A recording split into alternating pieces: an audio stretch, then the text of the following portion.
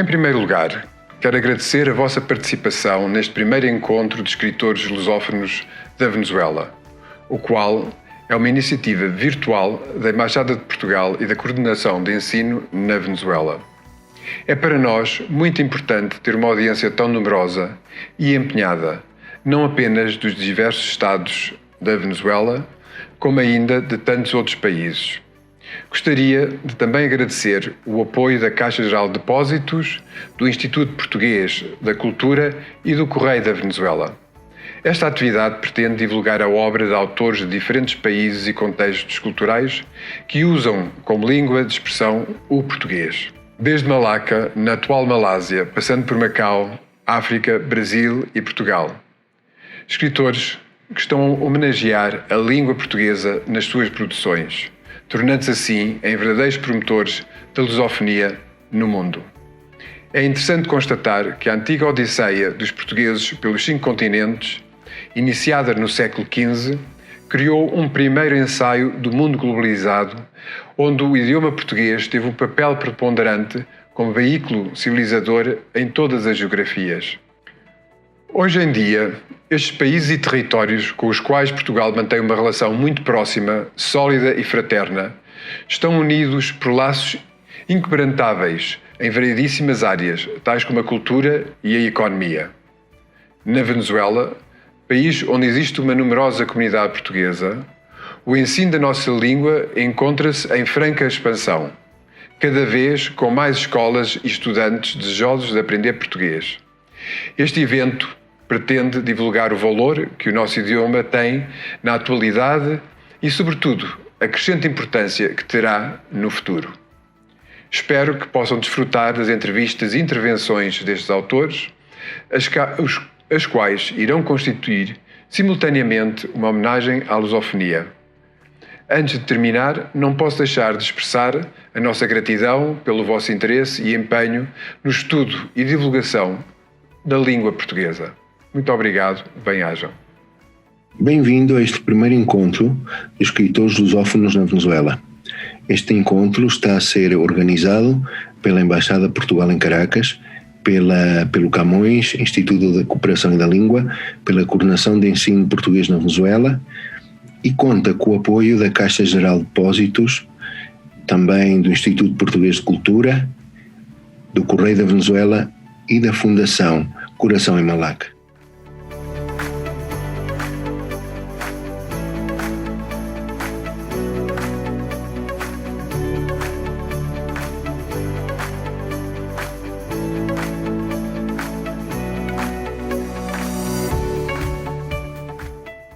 Muito bem, bem-vinda Luísa Timóteo a este primeiro encontro de escritores, um primeiro encontro virtual de escritores lusófonos da Venezuela. Isto é uma iniciativa da Coordenação de Ensino, da Embaixada de Portugal, Coordenação de Ensino Português, também conta com o apoio do Instituto Português de Cultura, nestas entrevistas que nós temos estado a realizar com escritores que escrevem em português hoje em dia.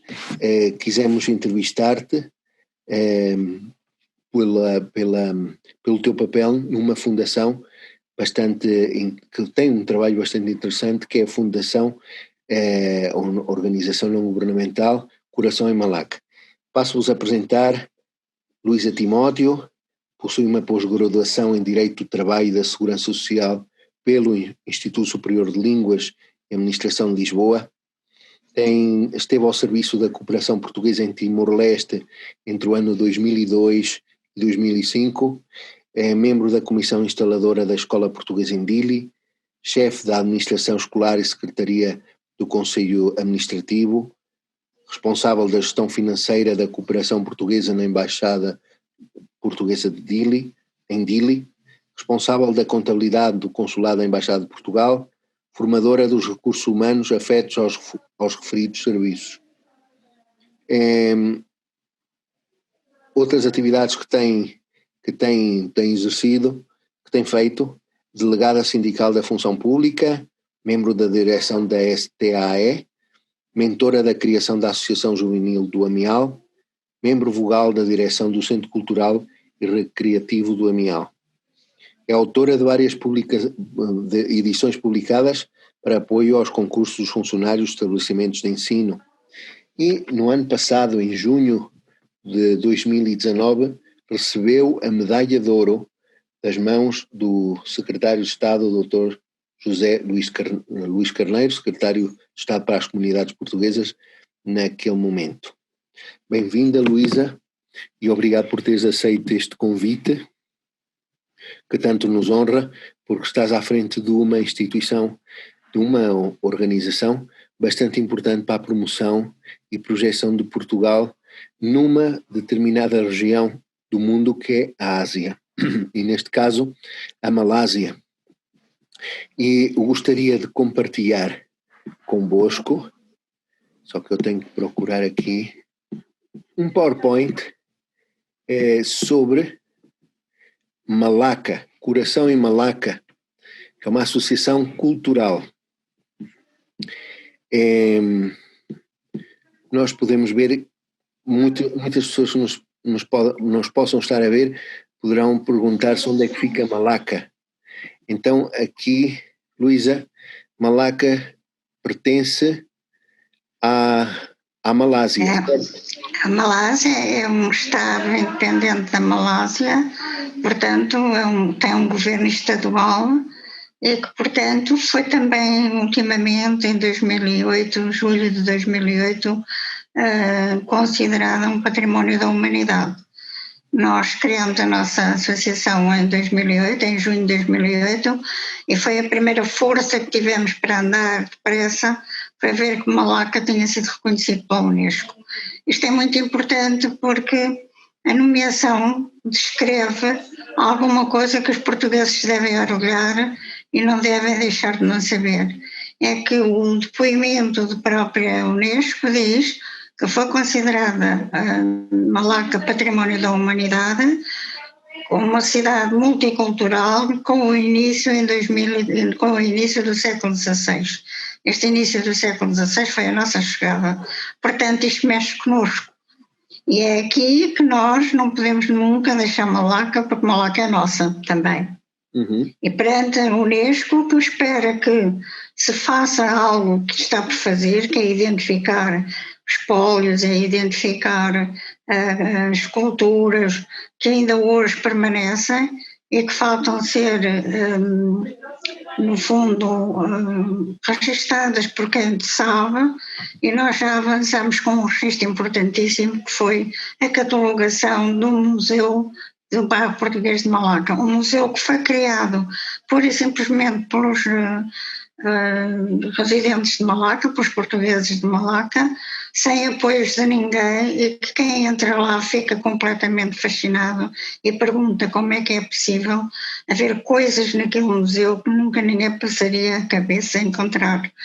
Este espólio já foi feito por nós, já está traduzido em inglês e vamos entregá-lo à Fundação Oriente, ao Camões e à Fundação Gulbenkian para não só publicitar este grande espólio, como também nos conceder, porque está assim, tem sido um pedido desde que nós somos associação, a fazer realmente uma implementação de modernização do próprio museu, que ele se possa sustentar, que ele possa ter sustentabilidade, que possa haver alguém que tome conta do museu, porque é uma família que toma conta do museu, mas não o tem aberto o tempo inteiro, porque tem de trabalhar, porque o museu não tem ganhos, não tem atividade para receber, e portanto toda a gente vê o museu sem pagar nada. Claro que as pessoas vão dar donativos, mas este não é o nosso propósito de deixar o museu só assim. Portanto, este foi um trabalho muito difícil, que através dos nossos bolseiros que têm passado por lá e com o apoio da comunidade, é evidente, mas que temos lá coisas que são de facto impensáveis que eles tivessem guardado, coisas que passaram de gerações e gerações desde o tempo de Afonso de Albuquerque. Isto é muito bonito e não podemos perder. Luísa, nós estamos aqui a ver na apresentação um edifício cor-de-rosa com as armas de Portugal. Isso está dentro de Malaca, não é? Isso é parte Está tudo em Malaca, faz tudo parte de Malaca. E é património. Malaca sofreu, no fundo, uma ocupação dos ingleses, também depois os primeiros holandeses, depois os ingleses, mas está tudo dentro de Malaca. Uhum. A nossa fortaleza era uma fortaleza que não faltava lá nada, tinha notário, tinha, ao tempo, de facto, foi um trabalho, durante 130 anos que tivemos, foi um trabalho maravilhoso. Tinha igreja, tinha hospital, tinha alfândega. Pronto, depois foi tudo destruído, até que ficou só a porta da famosa. Uhum. Essa porta da famosa, mesmo assim, foi retirado o brasão português e foi substituído por brasão dos holandeses. Mas isto não é questão de guerra, porque os holandeses que vivem lá e ficaram por lá também dão-se bem com a comunidade e temos todos um grande carinho porque achamos que isto é tão bonito. Ver no bairro de Português de Malaca, holandeses, pessoas que vão de todas, porque os barcos passam por ali, todos têm que passar pelo Estreito de Malaca, e todos vão passar um tempo no bairro a comer, a beber, a saber, a contar histórias, numa convivência maravilhosa. Pacífica. Eu acho que os nossos portugueses têm tido o privilégio da própria Malásia considerar no grau de hierarquia os segundas pessoas que mais consideram, primeiro os malaios, depois os portugueses, assim sucessivamente. Porque esta aceitação e esta amizade e esta fraternidade que eles têm, que é de facto uma bênção de afetos, é impressionante, e quem lá está comove-se. Comove-se tanto que continua a ir visitar as nossas tradições, os nossos costumes, as nossas culturas, sejam elas cristãs, sejam elas de divertimento. Está sempre tudo cheio. O Natal é de facto uma quadra em que não há espaço para mais ninguém. Todo mundo vai lá, não só os portugueses de Malaca que estão fora e a residir fora de Malaca, como vêm também outras comunidades festejar. Isto é impressionante que aconteça. É lindíssimo, eu acho isto uma maravilha. Sim, nós estamos a ver agora alguns desses monumentos que são... A Porta de Santiago, a Fortaleza, que ficou de pé, e foi porque houve um general inglês que chegou e disse que não partam mais porque eu não deixo, e portanto esse homem está em Singapura, e todos os nomes quase de ruas e cafés e restaurantes têm o nome do senhor, que eu agora não me lembro, porque é um nome inglês. Depois tem a réplica da nau, a Flor de Almar, em que não sabíamos como é que ela afundou, nem se fosse lá o que era que ela ou não. É um grande mistério e, portanto, esta nau está visitável como um museu. Todo mundo que vai a Malaca vai visitar esta réplica. Isto é um mito que está por saber, mas que nunca por mais que se tenha procurado, ninguém encontra nem sequer se ela está no fundo ou não do mar e desapareceu. É uma incógnita também. Uma pergunta, Luísa. O povo da Malásia, não é? Eles sentem orgulho da presença portuguesa na sua história? Sim, a Malásia considera muito Malaca, porque Malaca tem um número de turistas incalculável. Claro, agora estão também com a pandemia, têm um bocado mais recatados, mas de certa maneira é um santuário que é visitado por todo o mundo. Quando estou lá, aquele tempo, estou sempre a ser chamada por ser portuguesa, porque eu tenho que receber todas as pessoas, todas as nacionalidades. Isto é muito bonito, portanto, não penso que Malaca tenha tenho muito orgulho, e também o governo da Malásia se orgulha com o número de visitantes. Ultimamente, uma das nossas grandes ações foi recordar o Fernando Magalhães, e também fizemos uma pintura no bairro Português de Malaca, que tem um palco onde tudo acontece, e onde foi aí que me foi dada a minha condecoração da medalha. E nesse palco deixámos uma pegada lindíssima sobre o Magalhães, e apareceu, porque foi publicitado, a responsável do turismo da Malásia, que pôs no roteiro do turismo da Malásia a visita ao painel, que está lindíssimo. Artistas de Portugal que foram e que tiveram o apoio de várias entidades e conseguiram deixar lá uma obra maravilhosa. E não só, quem os pintou foram os jovens da Malásia e de Malaca que intercederam e aprenderam a pintar e eles ensinaram. E espero que em 2021 nós possamos voltar para eles continuarem a aprender novas pinturas, porque em todos os lados, quando nós vamos ao teatro, aparecem sempre pessoas com muita capacidade e apareceram artistas que, de facto, os próprios artistas que pintaram disseram que não se podem perder aquelas pessoas.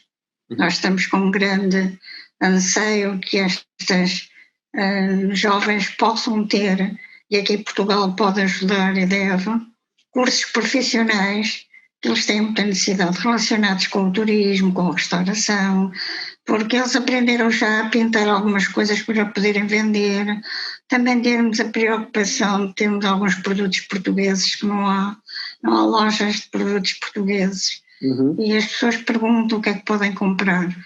E aquilo que há normalmente são coisas feitas na China, que é o galo de Barcelos, da Nossa Senhora de Fátima, porque Portugal tem tido assim um bocado, há aqui um descuido de ter esta atenção por Malaca, mas eu penso que neste momento ultrapassamos isso, e a força do Sr. Secretário de Estado, que viu com os seus próprios olhos, é preciso que se veja, e não tinha ido ainda nenhuma entidade relevante do governo a Malaca. Foi o nosso Dom Duarte, foi o engenheiro Guterres numa passagem para a Unesco, e depois o rei Dom Duarte foi, para pouco mais, não é? E agora, quando o secretário de Estado lá esteve, ele ficou muito admirado, nunca pensou encontrar tanto carinho, tanto amor, tanto gosto de ser português como encontrou. Ficou muito sensibilizado e comprometeu-se não só de criar o consulado que já está, portanto, publicado em Diário da República, como se comprometeu também em enviar professores para a língua portuguesa. Tem sido um pedido desde que chegamos a Malaca, até portuguesa, uma escola portuguesa, porque eles querem saber o português moderno, porque chamam ao crioulo português antigo. E isto chamam português antigo e remetem ao Camões. Para nós é uma inovação falar sempre no Camões e português moderno, porque eles sabem que também lhes faz falta para os seus empregos, para o seu progresso e para o seu desenvolvimento pessoal e cultural. Mas como não tem havido, não são os nossos bolseiros que vão ensinando, mas sem obrigação, vão ensinando, não é o mesmo ter uma escola ou ter a chamada, no fundo, ajuste de contratos ou de parcerias ou de envolvimento entre o Estado da Malásia e Malaca e Portugal. Mas estamos num bom caminho agora com o consulado. Sim. Luísa, nós vemos aqui, nos slides atrás, jovens com trajes folclóricos portugueses. Isso foi uma das coisas, quando eu cheguei a Malaca, me pediram que apoiassem os ranchos folclóricos, que têm meias arrendadas já do tempo não sei de quantos, e nós temos desenvolvido com a Fundação Oriente, que nos ofereceu alguns trajes, mas eles são 4 ranchos. E tivemos de distribuir, não para todos, mas aquilo foi distribuído, X para isto, X para aquilo. O nosso Dom Duarte também mandou cavaquinhos, mandou chales, assim. Mas apesar de eu já ter feito um pedido quase às câmaras todas de Portugal e à Federação do Folclore, ainda não conseguimos dar equipamentos do folclore para que eles possam trajar e também mudar, porque eles já têm o gosto de copiar e fazer, e pregam as lentejuelas e fazem aquilo tudo com um amor, graciosamente, sem lhes pagarem, mas querem manter os ranchos folclóricos com 40 e 37 graus. Eles dançam com saias, com meias, com chapéus, com sapatos. Claro. Eu pensei por graça, como eles têm tecidos lindíssimos, poder fazer as coisas mais leves. Responderam-me logo, não, isso não é de Portugal, nós queremos só trajes de Portugal. Este amor é uma coisa. Sim. E depois há coisas muito relevantes, por exemplo, eles não conhecem Portugal, não vieram a Portugal, todos desejavam conhecer, como em Timor-Leste todos queriam conhecer. Mas eles sabem que o Porto, Lisboa, Praga, que todos os estilos dos cães folclóricos são diferentes. E quando conseguimos, por apoio de um brasileiro, que é nosso associado, pagar as viagens a dois nossos grandes líderes, ao Papa Joia e ao Noel Félix, eles vieram a Portugal, correram Portugal de les a les, falaram português corretamente, cantaram em Coimbra, fados de Coimbra, e eu nunca pensei que as pessoas ficassem tão admiradas e diziam, mas estas pessoas falam português e são de Malaca, falavam corretamente português, eram do tempo de falar português, e cantavam, não é? Cantam tudo o que é em português. Claro. Luísa, uma pergunta, porquê foi Malaca um sítio que atraiu tantos portugueses na época dos descobrimentos? Malaca, na época dos descobrimentos, e tem aqui uma relevância, um peso em todo o Sudoeste Asiático, porque o Albuquerque não lhe importou muito grandes feitos, mas queria uma coisa, era que dessem continuidade a um trabalho que ele fez, que foi a troca das mercadorias. E isso foi importantíssimo, ali foram parar todas as comunidades do mundo, eu penso que está lá todas as comunidades do mundo. Eu admiro a Malásia, corri Kuala Lumpur e alguns estados, e os bairros estão todos distintos uns dos outros, e tudo tem o seu rigor, dos seus antepassados. Malaca e Malásia não se interfere, eles terão que respeitar nomeadamente as regras, mas é bonito que a gente consiga ver tudo tão diferente uns dos outros, portanto é um retalho, é um manto de retalho de coisas diversas, lindíssimo, no que vendem, no que comem, e de tudo quanto oferecem. Eu acho isto que moveu tanto os povos do mundo que ficaram por ali e que foram obrigados a negociar e a aprender um idioma que foram os crioulos.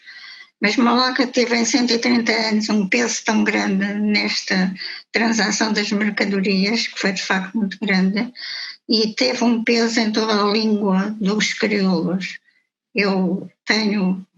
Temos feito muitas investigações, nós já criamos um manual trilingue para ajudar os mais jovens a não deixar o crioulo, porque é um grande desejo que eles não querem perder, querem que os seus filhos, os seus netos saibam falar o crioulo, porque eles dizem que é a identidade deles. Eles falam todos em casa, mas não têm escola. Como não têm escola, também os crioulos vão tendo algumas alterações. E, nomeadamente, um dos nossos grandes bolseiros, que foi um criolista que me pediu para ir para lá, e que o Camões apoiou, e muito bem, teve lá 2 anos. Ele fez uma investigação profunda em nome da associação. Ele foi a Singapura, ele foi a Hong Kong, ele foi a Macau. Ele andou de porta em porta a saber manuais e de coisas que havia para chegar a uma conclusão e a criar um manual trilingue que pudesse ajudar. Mas esta ajuda tem que ser uma escola. Tem que ser uma escola, porque eles em casa falam ao seu modo, e a escola tem que dar continuidade para que não haja mais alterações do crioulo. A Sara é de facto uma pessoa que faz esta ponte, mas não tem capacidade para ter tantos alunos, tem uma meia dúzia de alunos na sua própria casa voluntariamente. Isto é necessário, estamos fartos de pedir aos professores de português ou que as escolas criem uma opção da língua, mas que tivesse também obrigatoriamente uma avaliação, porque se for a título voluntário acabam por não ir, porque têm que fazer, fizesse parte. Isto tem que ser negociado pelos governos dos dois, pelo governo de Malaca, pelo governo de Portugal, o Camões aqui, que tem um peso extraordinário, e eu penso que este vai ser uma das coisas que vamos conseguir, porque a língua está viva e eles querem continuar a falar e a aprender pelo crioulo, não querem. Mesmo os miúdos mais pequenos falam corretamente em casa com os pais. Na rua têm vergonha. Mas falam, dizem crioulo, tenho vergonha. A vergonha é porque não se ensina na escola. A escola obriga o inglês, o malaio, e o português não. Luísa, o crioulo, esta língua da qual tu estás a falar, é um crioulo de base portuguesa, certo? É de base portuguesa. Mas Agora foi este crioulo está difundido por outras regiões fora da Malásia ou só se fala em Malaca dentro da Malásia? Não, todo o Sudoeste Asiático tem crioulo.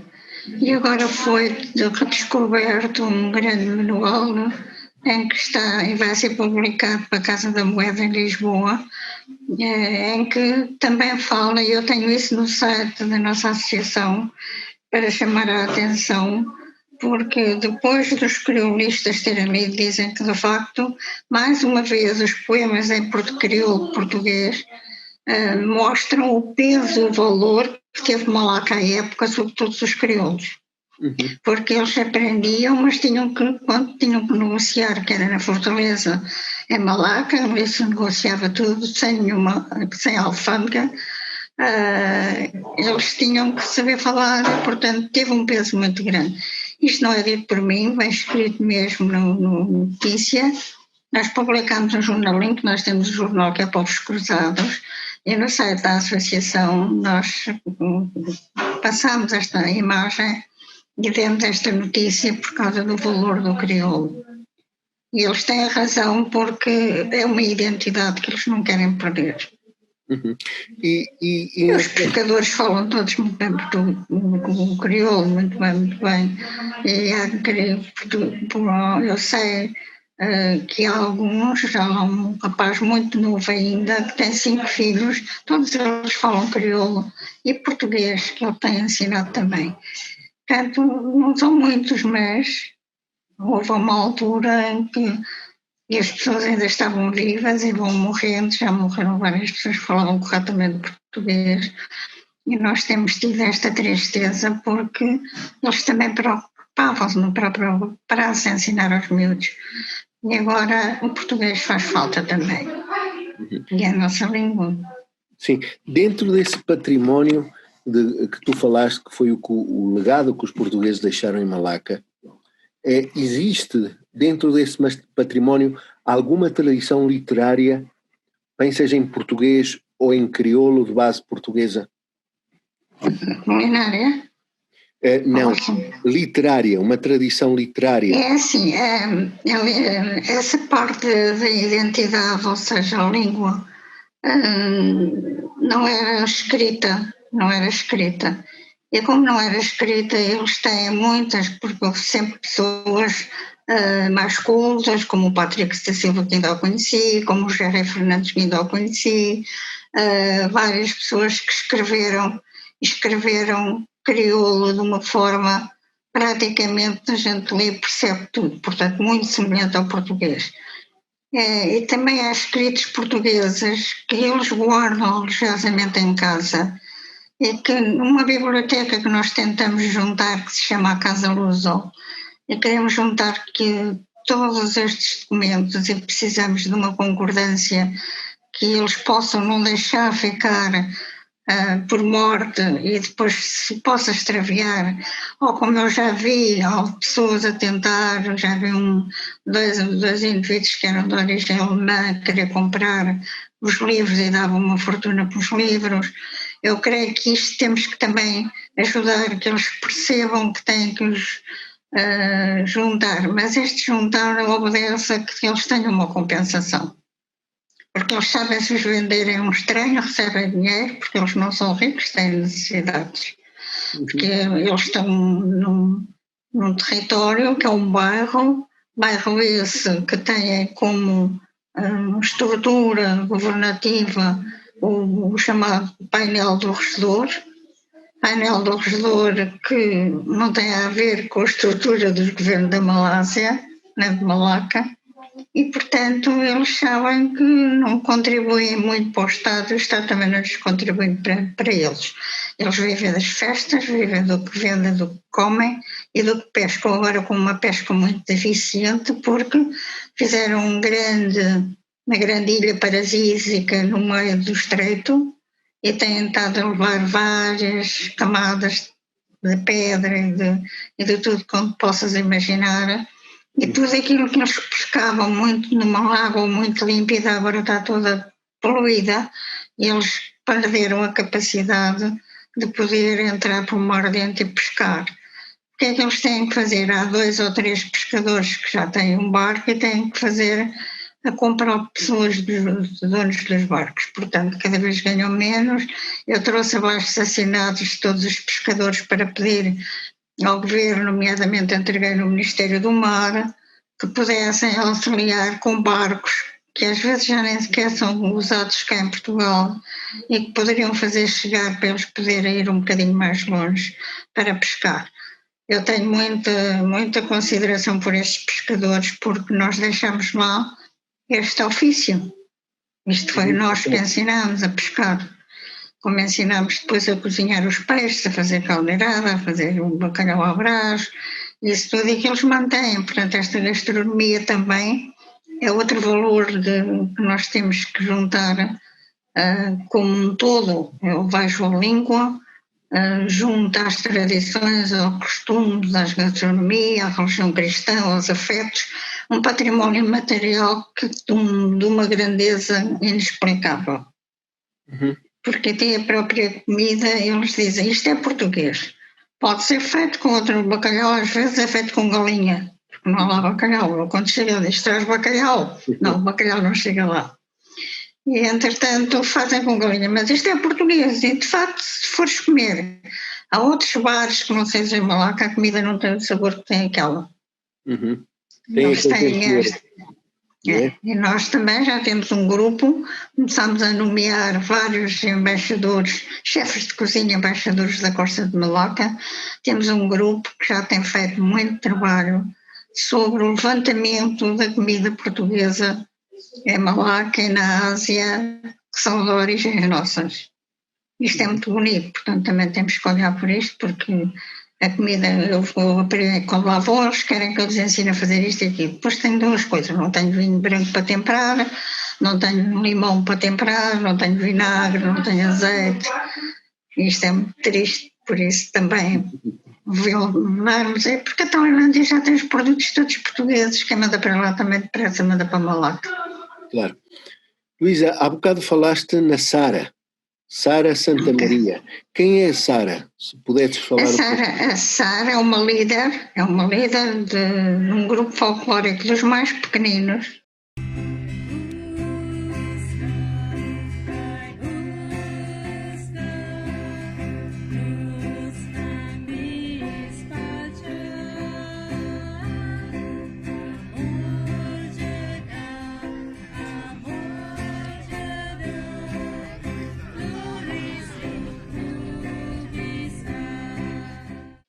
Em que ela tem também como um empenho ensinar-lhes gastronomia.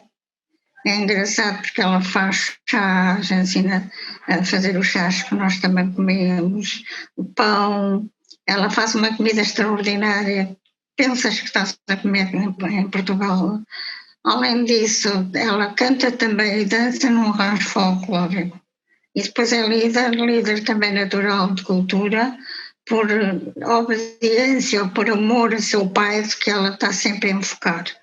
Ela quer continuar a ensinar o crioulo do seu pai, os costumes dos seus pais, e isto é a herança que eles receberam. Portanto, ela é uma mulher com muita presença. Depois consegue, num jantar, ela consegue traduzir aquela beleza de dançar com o filho ou de dançar com o marido que também dança e toca. Toda ela tem um charme que é notável e, portanto, se a vês a dançar numa dos ranchos, ela também tem aquela postura de evidência. É óbvio que os ranchos têm líderes, os líderes são todos muito louváveis, porque eles perdem tempo em ensaiar, não levam isto a brincar, ensaiam constantemente e por eles eu tenho uma consideração, porque desde os bailinhos da Madeira, isto está para se contar como é que se prendeu o Bailinho da Madeira. Portanto, tem a ver com as pessoas que iam nos descobrimentos. Porque é que eles têm uma paixão muito maior pelas danças do Norte? No fundo, são os mais trabalhosos. Portanto, é porque, agora, se fores ver o Ribatejo ou danças de Algarvias, tem a Tiânica do Lolé. Ora, isto são coisas que estão por se inventariar. E a Unesco pede aos portugueses que façam esta inventariação. Isto temos que fazer, há muita coisa para fazer. Um acontecimento também que é muito louvável é sabermos que a produção literária que tu me falas, existem imensas coisas com muito interesse, muito. Na Casa Lusa há um património incalculável de livros escritos em português, de livros de todas as comunidades, não só de Malaca, mas do Brasil, de Cabo Verde, porque o Gerry Fernandes foi de facto um homem muito culto, falava português, tocava acordeão, foi um grande animador e criou uma casa que ele chamou a Casa Lusa. Esta Casa Lusa é um espólio que nós estamos sempre a insistir para que Portugal não o perca, não só para criarmos um centro de investigação a todas as pessoas que queiram, porque a casa até tem condições para ter quartos para as pessoas dormirem e tudo. Isto tem que se ter dinheiro, quer dizer, a pessoa que é o proprietário da casa não dá aquilo de borla, apesar dele não ter só guardado por imagem e homenagem ao irmão, mas tem os filhos que também não estão muito interessados, mas que ele precisa de, apesar de nos ter feito já um protocolo de andamento para ver com quem é que quer ficar com aquele espólio. Eu tenho tentado com o Camões, tenho tentado com a Fundação Oriente, com a Fundação Gulbenkian, mas isto tem que ser, não podemos deixar perder, não podemos deixar perder. Claro. E aí é de facto é que todos os indivíduos, ainda de Portugal e tudo, os maiores escritores, os maiores indivíduos, investigadores, passaram por lá, dormiam lá. E ele recebia-os carinhosamente, como ainda recebeu 2 bolseiros nossos, porque eu ainda o conheci. E, portanto, isto é louvável que não se deixe perder. É um memorando que está já com todos o que é organizações e que eu publicito, e que Portugal, nós já conseguimos fazer uma recolha de biblioteca que a Fundação Oriente, a Fundação Gulbenkian nos mandou através do Dr. Guilherme de Oliveira Martins, que é o nosso membro do Conselho Consultivo, sensibilizado, e essa biblioteca que foi para ser entregue, ou seja, juntar à biblioteca do Gerardo Fernandes, porque a Casa do Gerardo Fernandes não é só uma biblioteca, como também é um museu com peças, com coisas que lhe ofereciam e coisas que ele escreveu, e foi de facto um homem da maior cultura que Malaca teve.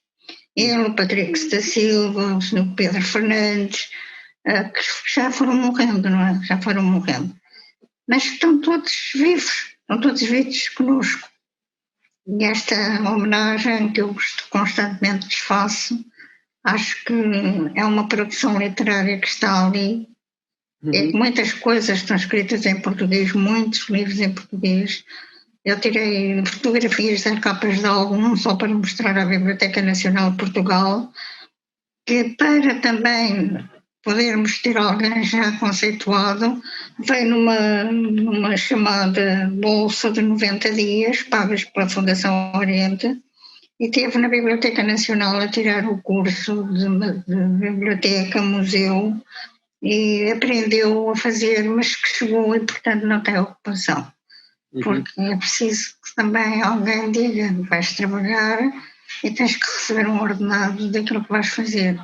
Portanto, as bibliotecas abrem quando alguém pode e está disponível, e é esta falta de conciliarmos e ver o que isto, porque depois as pessoas que lá vão perguntam: mas porquê é que as pessoas não estão interessadas, porquê é que Portugal não se interessa, porquê é que não se abre, porquê é que não se publicita, porque tudo isto custa dinheiro. Nós somos uma organização sem fins lucrativos Não temos um secretariado, não temos nada, fazemos tudo por nossa voluntariado. Começando eu pela Malaca com os subsídios de férias e de Natal. Há uns dias atrás eu tive a oportunidade de entrevistar um escritor de Macau, o Miguel da Sena Fernandes, que também falou dessa importância do crioulo de base portuguesa em Macau e da necessidade de continuar a cultivar esse crioulo que é parte do património e do legado. É porque a riqueza maior, de facto, é todo um património material, porque sabes que todas as igrejas que nós lá tínhamos e pelourinhos, tudo foi levado pelos ingleses e pelos holandeses. Não ficou lá uma peça.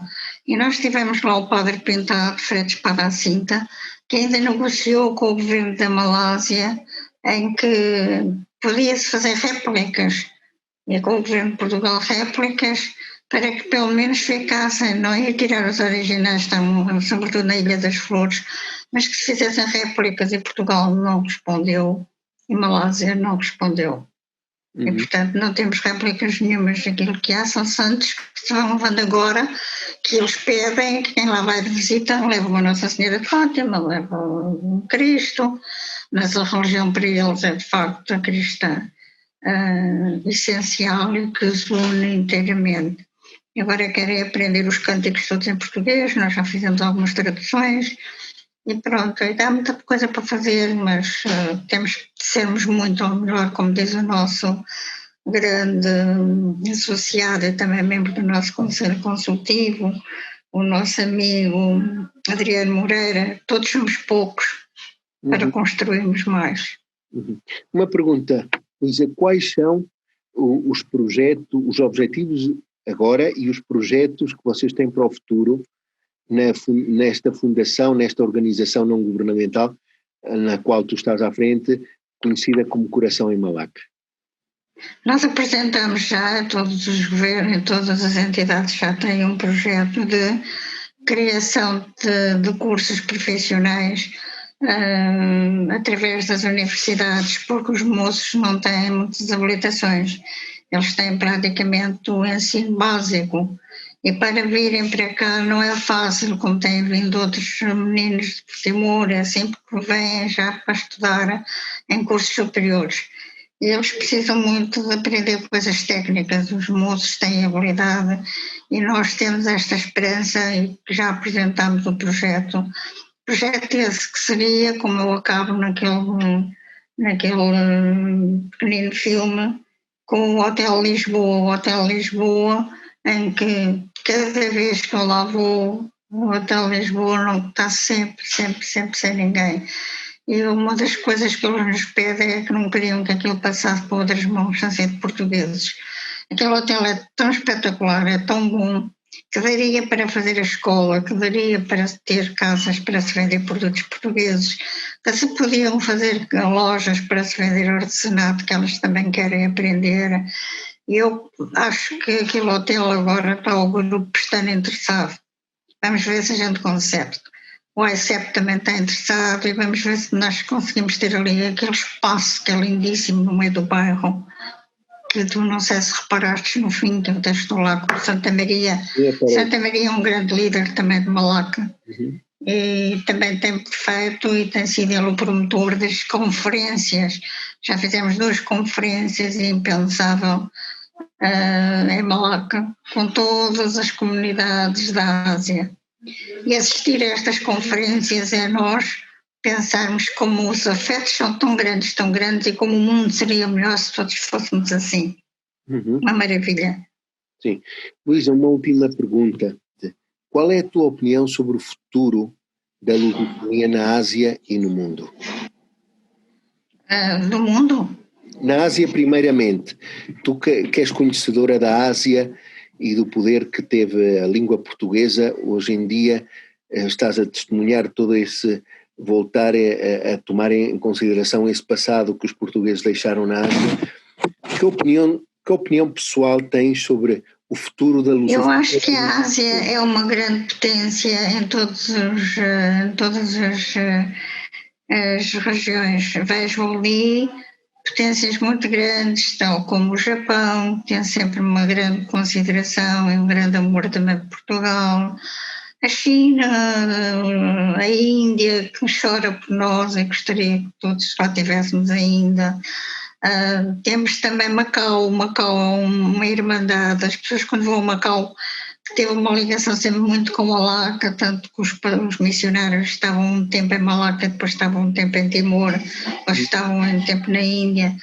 Esta grande amizade, esta grande rotação promoveu este encontro Malásia, Malaca, Macau e China e Índia. Depois o Sri Lanka, que também é um povo que adora Portugal e tudo que ficou de Portugal. Portanto, acho que aqui falta a coragem da CPLP de entrar em força na Ásia. Ou seja, não só especialmente pela China, mas aproveitar todas as potências que a Malásia tem, todas as comunidades dispersas na Indonésia, na Austrália, na Ilha das Flores, na Tailândia. Tu tens ali comunidades que são as que estão presentes, 13 e 14 comunidades têm estado presentes nestas conferências. Naturalmente que a CPLP não pode nunca deixar de não considerar, chame-lhe outro nome, mas tem que considerar estas comunidades integrantes na CPLP. E olhar por elas, a CPLP tem muito para receber daquelas comunidades.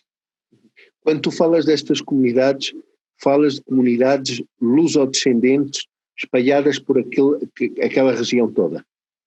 Não é que as comunidades ficaram lá do mundo inteiro, as comunidades são de holandeses, as comunidades são do Sri Lanka, as comunidades são da Ilha das Flores.